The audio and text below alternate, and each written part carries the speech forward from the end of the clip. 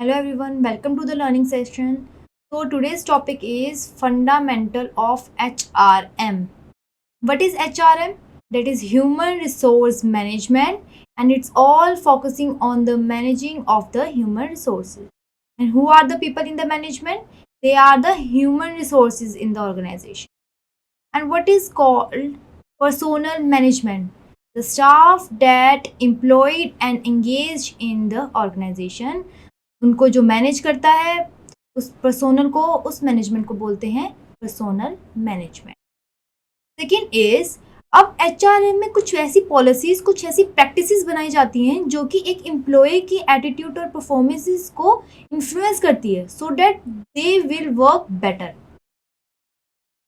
अब एचआरएम कुछ की प्रैक्टिसेस जो होती हैं वो बहुत वैल्यूएबल डिसीजंस लेती हैं, बहुत प्रीशियस डिसीजंस लेती हैं कि हमें किस डेजिग्नेशन के लिए हायर करना है और किस डेजिग्नेशन के अकॉर्डिंग हमने किसको पे करना है, और उनको इवेल्युएट करके, उनकी परफॉर्मेंस को इवेल्युएट करके हमने ट्रेनिंग देनी है और मोटिवेट करना है। And fourth point is, human resource management is a multi disciplinary subject. Why it is called multidisciplinary subject? Because it contains many tasks and many functions. Okay, it includes the study of management, psychology, communication, economics and sociology. Management में क्या study करता है कि हमने employees की performances को manage करना है, ठीक है। साइकोलॉजी में क्या करता है, एक ह्यूमन बीइंग की जो सोच होती है, जो एटीट्यूड होता है, बिहेवियर होता है, वो कॉम्प्लेक्स होता है, डे बाय डे वो चेंज होता है, इट्स अ डायनामिक। तो उनके अकॉर्डिंगली उनको जानना और उनके बारे में स्टडी करके उनको मोटिवेट करना एंड सो ऑन। कम्युनिकेशन में क्या करते हैं, कम्युनिकेशन की गैप देखनी है, कम्युनिकेशन कंट्रोल करना है कि लेबर्स और वर्कर्स में कैसा है, वर्कर्स एंड लेबर्स में कैसा है, डिपार्टमेंट टू डिपार्टमेंट में कैसा है। Okay, and fourth one is economics. Economics में हम स्टडी करेंगे GDP of the organization, wages and salaries and etcetera. Sociology में हम क्या स्टडी करते हैं कि सोशल रिस्पॉन्सिबिलिटी हमारी कैसी है टूवर्ड्स द सोसाइटी, एंड हमारे इंडस्ट्री रिलेशनशिप कैसे हैं, उनको हम मेंटेन करके रखते हैं। And the second point is, it also deals with building team spirit and team work.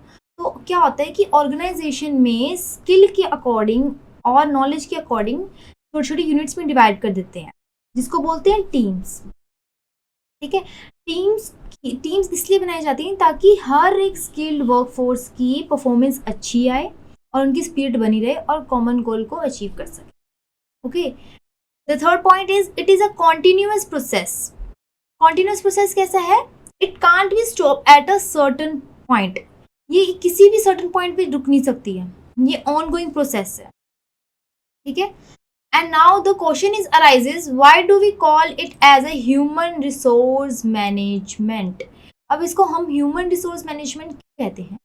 It comprises three terms, that is human, resource and human क्या होता है, एक skilled workforce जिसके पास knowledge है, skill है, वो workforce जो organization में काम करती है and manage करती है, ठीक है। And the second point is resources. Resources क्या होती हैं कि organization में कितनी resources की availability है और कितनी की कमी है, ठीक है।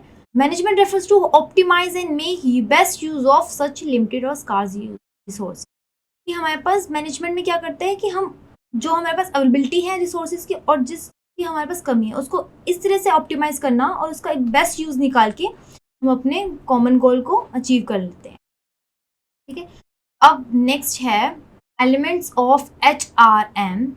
It contains 4 points. ओके, तो फर्स्ट इज पीपल। पीपल क्या होते हैं कि जो हमारे ऑर्गेनाइजेशन में काम कर रहे हैं, ठीक है। The staff that manages the organization. Organization किससे बनती है, पीपल से। And who is the people, that are the human sources of the organization. Second is management. Management में क्या होता है कि हमारी जो एम्प्लॉयज की परफॉर्मेंसेज हैं उनको मैनेज करना। Third is behavioural dynamics. Behavioural dynamics में क्या होता है कि एम्प्लॉयज की जो एटीट्यूड होता है, बिहेवियर होता है, वो डायनामिक होता है, इट इज कॉम्प्लेक्स, उनको समझना भी मुश्किल होता है। तो उसको अकॉर्डिंगली हम इंटरनल बिहेवियर को इवेल्युएट करते हैं और उनको मोटिवेट करते हैं, ठीक है। Fourth is uniformity of application. Uniformity में एप्लीकेशन क्या होता है कि ये HRM सिर्फ तो सिर्फ बिजनेस ऑर्गेनाइजेशन के में अप्लाई नहीं होती है, it also apply on non business organisation, that is education institute, hospitals or colleges, etc. Now move on to the authors and their work related to HRM. कि HRM में authors के according वो क्या बोल रहे हैं कि वर्क क्या होता है. पीटर ड्रकर कह रहे हैं कि जितना मर्जी हम क्वांटिटी में अपनी गोल अचीव कर लें, बट जो बेसिक फिनोमिना होता है, बेसिक एस्पेक्ट्स होते हैं ऑर्गेनाइजेशन के जो कि क्वालिटेटिव होते हैं, उन पे ज़्यादा फोकस करना है. वो कौन कौन से होंगे? हमारे risk, dedication, rewards and motivation, training and development, skills को इम्प्रूवाइज करना. ठीक है. Second is Robert Owen. Robert Owen क्या कह रहे हैं? The best investment of organisation is in worker, he called vital machines. वो कह रहे हैं कि ऑर्गेनाइजेशन में वर्कर्स की इन्वेस्टमेंट ज़्यादा होनी चाहिए. क्यों होनी चाहिए? And who are the workers? They are the human resource in the organisation. ठीक है. And why they call the vital machine? Because vital means important. और इंपॉर्टेंट क्यों है वर्कर्स? बिकॉज वर्कर्स कौन है? Human resources. तो ह्यूमन रिसोर्सेज के बिना organisation can't be run, it can't be survive without human resources. ठीक है. So third is Charles Babbage, a professor of mathematics and advocate of division of labors. He believed in applying scientific principle to work processes for increasing productivity and reducing expenses. वो ये कह रहे हैं कि scientific principle use होनी चाहिए हमारी organisation में, सो डैट हमारे उस मेथड से हमारी प्रोडक्टिविटी ज़्यादा है और एक्सपेंसेस भी रिड्यूस हो. उनका मेन फोकस है वर्क फ्लो पे, कि वर्क फ्लो हमारी ज़्यादा से ज़्यादा हो. ठीक है. through the scientific method. Fourth is Frederick Taylor. Frederick Taylor क्या कह रहे हैं? He is famous for his concept of division of labors and time and mothers. उन्होंने कहा है कि ऑर्गेनाइजेशन में डिवीजन ऑफ वर्क होना चाहिए, डिवीजन ऑफ यूनिट्स होना चाहिए. हर छोटे छोटे डिपार्टमेंट्स में छोटी छोटी यूनिट्स बना के टीम में डिवाइड करके काम होना चाहिए. इससे क्या होगा? इससे हमारे स्किल्स के अकॉर्डिंग डिवाइड हो जाएंगी टीम्स और उससे परफॉर्मेंस की इन्हांसमेंट होगी. Now let's talk about objective of HRM. So first objective is organization objective. तो ऑर्गेनाइजेशन ऑब्जेक्टिव में क्या होता है कि हम ह्यूमन रिसोर्सेज को किस तरह से प्रिपेयर करें और किस तरह से उनको बेस्ट यूज़ करें सो डैट हमारा ऑर्गेनाइजेशन का गोल अचीव हो जाए. HRM क्या हेल्प करती है ऑर्गेनाइजेशन की गोल को अचीव करने के लिए? कि प्रॉफिट अर्न हो ज़्यादा से ज़्यादा, एक्सपेंशन हो, ग्रोथ हो, सर्वाइवल हो एंड डाइवर्सिफिकेशन हो. ठीक है. तो second is societal objective. Societal objective में क्या बोल रहे हैं कि the HRM should follow the rules and laws और legal restrictions imposed by society. Society की तरफ से रिस्ट्रिक्शंस लगाई गई हैं, जो रूल्स और लॉज बनाए गए हैं उनको हमने फॉलो करना है सो डैट हमारे जो सोसाइटी और मैनेजमेंट के बीच जो हेल्दी रिलेशंस हैं वो मेंटेन रहे. और जो हमारे CSR हैं, एम्प्लॉयज़ जो कंट्रीब्यूट करते हैं, वो हमारी मेंटेन रहे society. The third is functional objectives. Functional objective में क्या बोल रहे हैं कि एक डिपार्टमेंट को दूसरे डिपार्टमेंट से जो भी फंक्शंस होंगे वो डायरेक्टली हो या फिर इनडायरेक्टली हो, वो मेंटेन रहे. ठीक है. एक हेल्दी रिलेशनशिप वर्क प्लेस पे मेंटेन रहे सो डैट उनकी कम्युनिकेशन गैप में कोई डिफिकल्टी ना आए. ठीक है. फंक्शन ईजी रहे. जैसे सेल्स मैनेजर को मार्केटिंग मैनेजर से काम होता है, सेल्स के बाद मार्केटिंग का प्रोसेस होता है, तो उस फंक्शनल में उन दोनों का कम्युनिकेशन सही रहे, उनके जो काम होते हैं, फंक्शन होते हैं, वो भी सही रहे. ये हमारा ऑब्जेक्टिव होता है. तो fourth is personal objective. Personal objective में क्या होता है? जो ह्यूमन रिसोर्सेज काम कर रहे हैं मैनेजमेंट में, उनके पर्सनल ऑब्जेक्टिव्स क्या होंगे कि उनको जॉब सिक्योरिटी चाहिए, वेजेस एंड सैलरीज, बोनस. ठीक है. ये सब उनकी पर्सनल गोल्स हो गए. तो उनको अगर हम उनको अचीव मतलब उनके फुलफिलमेंट करते हैं उनके पर्सनल गोल्स को, तो ऑटोमेटिकली हमारे पर्सनल ऑब्जेक्टिव कंप्लीट हो जाएंगे और हमारी HRM की परफॉर्मेंस इंक्रीज हो जाएगी.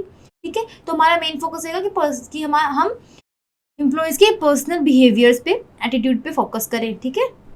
उनको मोटिवेट करके उनकी परफॉर्मेंस को बेटरमेंट करें.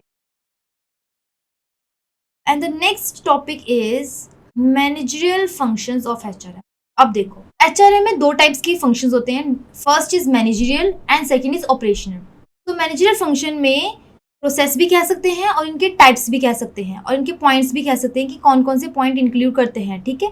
तो फर्स्ट इज प्लानिंग. प्लानिंग में हम क्या करते हैं कि ऑर्गेनाइजेशन की जो मेन ऑब्जेक्टिव्स हैं, मेन गोल्स हैं, उनको आइडेंटिफाई करता है कि उनको कहाँ क्या अचीव करना है. ठीक है. उसके अकॉर्डिंग वो प्लान करता है और डाटा कलेक्शन वगैरह सब इसमें प्लानिंग में. Second is organising. ऑर्गेनाइजिंग में क्या होता है कि हमारे हर मेंबर के स्किल्स और नॉलेज के अकॉर्डिंग उनको टास्क और डेजिग्नेशन दिया जाता है। ठीक है, ये क्या हुआ, ऑर्गेनाइजिंग, ताकि वो कॉमन गोल को अचीव कर सके। तो third is staffing. Staffing is the main and की फंक्शन ऑफ HRM। ठीक है, अब इसमें क्या होगा कि हम एक राइट पर्सन को राइट जॉब प्रोवाइड करेंगे। ठीक है, उनकी परफॉर्मेंस के अकॉर्डिंग ही हम उनको ट्रेनिंग और डेवलपमेंट देंगे। ठीक है, और उसके बाद हम उनको उनकी परफॉर्मेंस जितनी अच्छी होगी हम परफॉर्मेंस अप्रेजल देंगे, रिवॉर्ड एंड सो ऑन। तो फोर्थ इज डायरेक्टिंग। डायरेक्टिंग में HRM जो है वो लीड करती है, सुपरवाइज करती है और गाइड करती है। तो ऑर्गेनाइजेशन में एक्टिविटीज हुई हैं और जो परफॉर्मेंसेज हुई हैं उनको मैनेज करना और डायरेक्ट करना। ठीक है, अब है कंट्रोलिंग। तो कंट्रोलिंग में क्या होता है कि जो हमने परफॉर्मेंस दी है और जो एक्टिविटीज़ हुई हैं ऑर्गेनाइजेशन में उनको रेगुलेट करना, चेक करना और वेरीफाई करना कि जो हमने प्लानिंग में डिसाइड किया था और जो हमने परफॉर्मेंस दी है उनके बीच में कितना स्टैंडर्ड गैप है, कितना डिफरेंस की है, कि उनको कंट्रोल करना। तो next is operational function of HRM। अब HRM में कुछ पॉइंट्स हैं। First is procurement. It includes the first process of the HRM। ठीक है, अब क्या क्या इसमें इंक्लूड हो सकता है कि हमें मैन पावर की कितनी रिक्वायरमेंट है, फिर उनकी प्लानिंग करना, फिर उनको रिक्रूट करना, फिर उनको सिलेक्ट करना। ठीक है, सेकेंड है डेवलपमेंट। डेवलपमेंट में क्या होगा कि हम ऑर्गेनाइजेशन के जो एम्प्लॉयज़ हैं उनकी स्किल्स को डेवलप करते हैं। स्किल की डेवलपमेंट कैसे होगी, उनको ट्रेनिंग प्रोवाइड करके, काउंसलिंग करके, करियर प्लानिंग करके। ठीक है, next is, sorry I didn't mention the third point, that is compensation. Compensation क्या होता है कि ऑर्गेनाइजेशन में जो एम्प्लॉयज़ हैं उनको हम कैसे सेटिस्फाई करें, उनको कैसे कंपनसेट करें, by qualitative and by quantitative. उनको वेजेस एंड सैलरीज प्रोवाइड करना, इंसेंटिव्स प्रोवाइड करना, मेडिकल बेनिफिट्स देना, PF देना, लॉन्ग टर्म बेनिफिट्स। ठीक है, and fourth is integration. Integration of human resources and its value with organisation. Human resources जो कि employees हैं उनको ऑर्गेनाइजेशन की वैल्यू के साथ कैसे इंटरेक्ट करना है, ठीक है, उनको इंटीग्रेट कैसे करना है, इसको ओरिएंटेशन भी बोलते हैं। और इसमें क्या इंक्लूड होगा, इंडक्शन ट्रेनिंग, कि हम कैसे फैमिलियर हो सकते हैं। Fifth is maintenance. मेंटेनेंस में एम्प्लॉयज़ की मेंटेनिंग रखनी है, उनको जॉब सिक्योरिटी प्रोवाइड करके, उनकी मोटिवेशन करके, करियर प्लानिंग करके। ठीक है, और उनकी जो वर्क फोर्स है और वर्किंग प्लेस है उनकी कंडीशंस को बेटर करके। Six point is evaluation. Employees की एक्टिविटीज़ और परफॉर्मेंसेस को इवेल्युएट करना, ठीक है, उनकी बेटरमेंट को अवार्ड देना। और next point is employee policy. HRM employee policy क्यों बनाती हैं, just because to get a best of its people and system. ठीक है, अब उसमें क्या होगा कि हमारे एम्प्लॉय की जितनी भी परफॉर्मेंसेस होगी उनके अकॉर्डिंग उनका एक्शन लिया जाएगा। ठीक है, वो क्या होनी चाहिए, ट्रांसपेरेंट होनी चाहिए, लॉजिकल होनी चाहिए, कंसिस्टेंट होनी चाहिए, इम्प्लीमेंटेबल होनी चाहिए एंड यूनिफॉर्मली एप्लीकेबल होनी चाहिए द ऑर्गेनाइजेशन। ठीक है, employee policy plans of action to resolve interpersonal and intergroup conflict. अब इस पॉलिसी में क्या होगा कि एम्प्लॉयज़ के जो खुद से ही कॉन्फ्लिक्ट्स हैं, खुद के ही डाउट्स हैं, और जो साथ वाले 1 to 2 पर्सन के बीच में कॉन्फ्लिक्ट्स हैं, डाउट्स हैं एंड एनीथिंग एल्स, और जो ग्रुप के बीच में जो कॉन्फ्लिक्ट्स हैं वो सारे इस पॉलिसी की इंक्लूड बताएंगे। और तो third is, they are not be static but be dynamic in tandem with change in development and they that are taking place in internal and external environment. As you know, employee का जो behaviour और attitude होता है वो dynamic होता है। ठीक है, तो ऑर्गेनाइजेशन के एक्सटर्नल एनवायरनमेंट्स और इंटरनल एनवायरनमेंट्स के अकॉर्डिंगली उनके बिहेवियर में और उनके एटीट्यूड में चेंजेस आते रहते हैं। ठीक है, तो our next topic is human capital. What is human capital, that is comprises human plus capital. Okay, अब ह्यूमन क्या होता है, they are the people, as we discuss, they are the people who are engaged or employed and who works in organization, and moreover they are the assets of a firm. And what is capital, it refers to all of the assets a business needs to produce the goods and services. कि जो organisation में goods and services को produce करने के लिए assets की जरूरत होती है। हर ऑर्गेनाइजेशन में एसेट्स की जरूरत होती ही होती है, तो उनकी वजह से the organisation can't be run. और ये क्या क्या होते हैं, it can be equipment, land, building, money and of course people, that is human capital. Okay. Moreover, human capital is intangible assets. What is intangible asset? That is which can't be touched or seen. अब वो क्यों नहीं कर सकते? Because जो employ की qualities हैं, behaviour है, जिसको हम आइडेंटिफाई करते हैं, ठीक है, उनको हम सीन नहीं कर सकते और ना ही उनको टच कर सकते. So it is intangible assets and qualities that improve worker performance, ठीक है, and benefit the employee. Employee में बेनिफिट लेके आता है. जो ह्यूमन कैपिटल होती है वो लेबर की एक ऐसी क्वालिटी है जिससे हमारी इकोनॉमिक वैल्यू बढ़ जाती है उसको इन्फ्लुएंस करने से, और हमारी प्रोडक्टिविटी भी वो इंक्रीज करती है, जैसे कि एजुकेशन, स्किल्स. अब human capital is a sum of knowledge, skills, experiences and social qualities that contribute to a person's ability to perform work in a manner that produces economic value. एक economic value को produce करने के लिए एक human capital की बहुत ज़रूरत है, जिसके अंदर नॉलेज होती है, स्किल्स होती हैं, एक्सपीरियंसेस होते हैं, ठीक है. और जो एम्प्लॉयर्स होते हैं वो डेवलपमेंट में एक इन्वेस्टमेंट करते हैं. तो next is in knowledge era, human capital is the primary source of wealth. Knowledge era, ये बहुत इंपॉर्टेंट पॉइंट है. नॉलेज इरा जो कि आजकल का इरा चल रहा है, वेल्थ के लिए, जो हमारी वेल्थ है उसके लिए ह्यूमन कैपिटल एक प्राइमरी सोर्स है. It is a knowledge that is exchange for money. It can be exchange for money, कि जैसे हमें नॉलेज है, लाइक हमें एक डिज़ाइनिंग की नॉलेज है, तो हम वहाँ पे काम करके हम पैसे कमा सकते हैं, ठीक है. It can be given or rented to others but on temporary basis. Its ownership is not transferable. कि हमारी जो नॉलेज और स्किल्स होंगी वो हम रेंट दे सकते हैं और उसके बदले पैसे ले सकते हैं, बट इसकी जो ऑनरशिप होगी, जो हमारी जो इसकी नॉलेज होगी, क्वालिटी होगी, वो हम किसी को ओनरशिप नहीं कर सकते, ठीक है.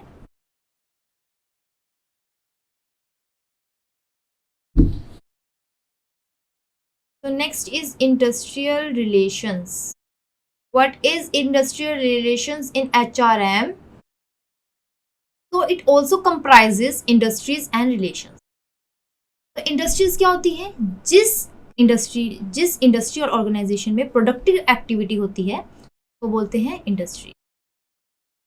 अब एक हाउस को तो हम इंडस्ट्री नहीं बोल सकते क्योंकि उसमें कोई प्रोडक्टिव एक्टिविटी नहीं हो रही है, कोई आउटपुट नहीं निकल रहा है, ठीक है. रिलेशंस क्या होती हैं? एक वर्कफोर्स और एक एम्प्लॉयर के बीच में जो रिलेशन होता है ऑर्गेनाइजेशन में, उसको बोलते हैं रिलेशन, HRM के अंडर. तो इंडस्ट्री रिलेशन के ऑब्जेक्टिव क्या है? मेन ऑब्जेक्टिव कि दो या दो से ज़्यादा पार्टनर्स जो कि एम्प्लॉयज़ हैं हमारे, उनके रिलेशंस को हेल्दी बना के रखना.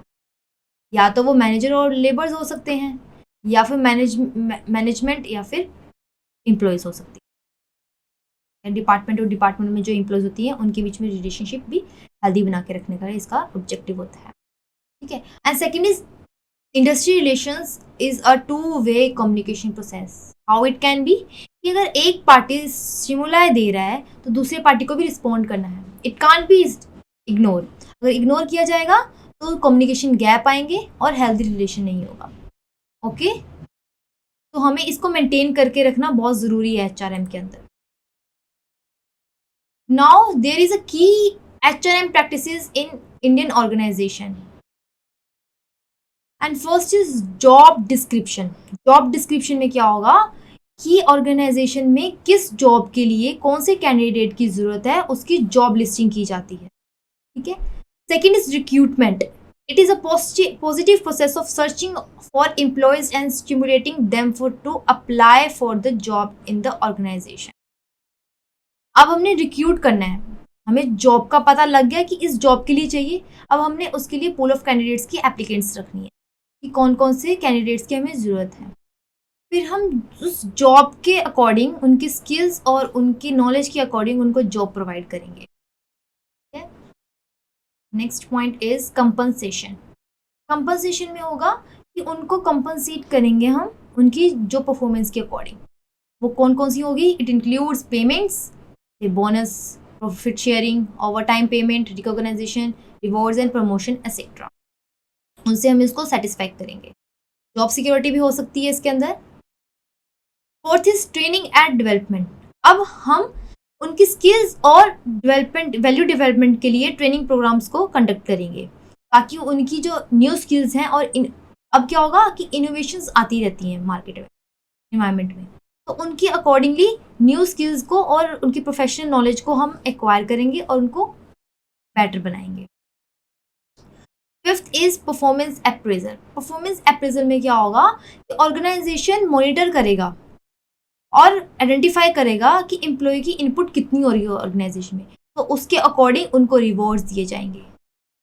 Six is promotion and rewards. और क्या रिवॉर्ड्स दिए जाएंगे? डेट इज प्रमोशन और it can B reward in the form of bonuses, job security and transfer. Seventh is career planning. Career planning is also ongoing process through which an individual set career goals and identifies the means to achieve them. अब उनका गोल क्या है आगे, उनकी skills और knowledge सबसे ज़्यादा किस में है, तो उसके अकॉर्डिंग उनकी करियर प्लानिंग करते हैं, ठीक है, उनके गोल सेट करते हैं, फिर उनको काम दिया। The next topic is difference between HRM and HRD. So what is the meaning of HRM? As you know, HRM जो है वो एम्प्लॉयज़ की परफॉर्मेंसेस को मैनेज करता है, फोकस रखता है। HRD जो परफॉर्मेंसेस दिए गए हैं एम्प्लॉयज़ के थ्रू, उनकी डेवलपमेंट करना, ओके।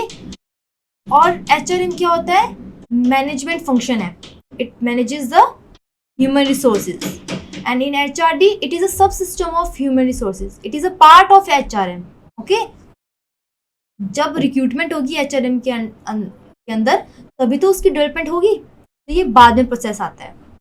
फंक्शंस में HRM रिएक्टिव है कि ये रिस्पॉन्स देता है, ठीक है, और HRD है क्या? प्रोएक्टिव। प्रोएक्टिव मीन्स कंट्रोल भी करता है ये उसके अकॉर्डिंगली। ऑब्जेक्टिव में it includes to improve the performance of the employee. Employees की परफॉर्मेंस को इम्प्रूव कर सकता है सिर्फ, ठीक है। उनकी डेवलपमेंट कौन करेगा? HRD। प्रोसेस कैसा है इनका? HRM का रूटीन है, ये डेली बेसिस पे होता है, and in HRD it is a on going process, क्योंकि न्यू इनोवेशंस आते हैं, डायनामिक चेंजेस होती हैं एनवायरनमेंट की, तो उसके अकॉर्डिंगली ये ऑन गोइंग प्रोसेस होता है। इंडिपेंडेंसी, HRM एक इंडिपेंडेंट है, ये किसी के अंडर नहीं आता, ये अपने अकॉर्डिंग ही मैनेज करता है एम्प्लॉयज को। और HRD में it is a sub system, ये पार्ट है HRD का, तो ये इसके ऊपर डिपेंड रहेगा, ठीक है। अगर इसकी परफॉर्मेंस अच्छी हुई, इसको मोटिवेट करेंगे, एम्प्लॉयज को मोटिवेट करेंगे, इनकी रिक्रूटमेंट होगी, उसके बाद ही जाके ट्रेनिंग और स्किल्स इन्हांसमेंट होगी, ठीक है। Next is concern with. HRM किस पे कंसर्न करता है, किस पे फोकस करता है? People only, and in HRD entire organisation पे करता है। अगर HRM में सारे ह्यूमन रिसोर्सेज पे कंसर्न हो गया, ऑब्वियसली HRD किस पे फोकस करेगा? पूरे organisation. Got it? So next point is qualities of a successful HR professional. So first is he should possesses good leadership ability. एक HR मैनेजर में, एक HR प्रोफेशनल में गुड लीडरशिप की quality होनी चाहिए। अगर फॉर एग्जांपल कि वो किसी एम्प्लॉय को गलत लीड करता है, तो ऑब्वियसली एक एम्प्लॉय भी गलत ही काम करेगा, उसको गलत डायरेक्शन मिलेगी, तो दैट्स वाई उनकी लीडरशिप अच्छी होनी चाहिए HR। Second is he must have the ability to understand human psychology. HR human psychology को अच्छे से समझना चाहिए। ह्यूमन साइकोलॉजी क्या होती है? State of mind of a human, उनका बिहेवियर कैसा है, उनका एटीट्यूड कैसा है टुवर्ड्स ऑर्गेनाइजेशन और टुवर्ड्स एनी अदर पर्सन, ठीक है। He should have high level of intelligent and knowledge, उनके पास स्किल्स होनी चाहिए, नॉलेज होनी चाहिए, सो डैट वो आगे भी किसी को समझा सके, आगे भी वो किसी को ट्रेन कर सके, ठीक है। अगर एम्प्लॉय की कोई भी क्यूरी हुई, कोई भी साइकोलॉजी प्रॉब्लम हुई, एनी कॉन्फ्लिक्ट्स, तो वो उनको समझा सके। He should possesses good and effective communication skills.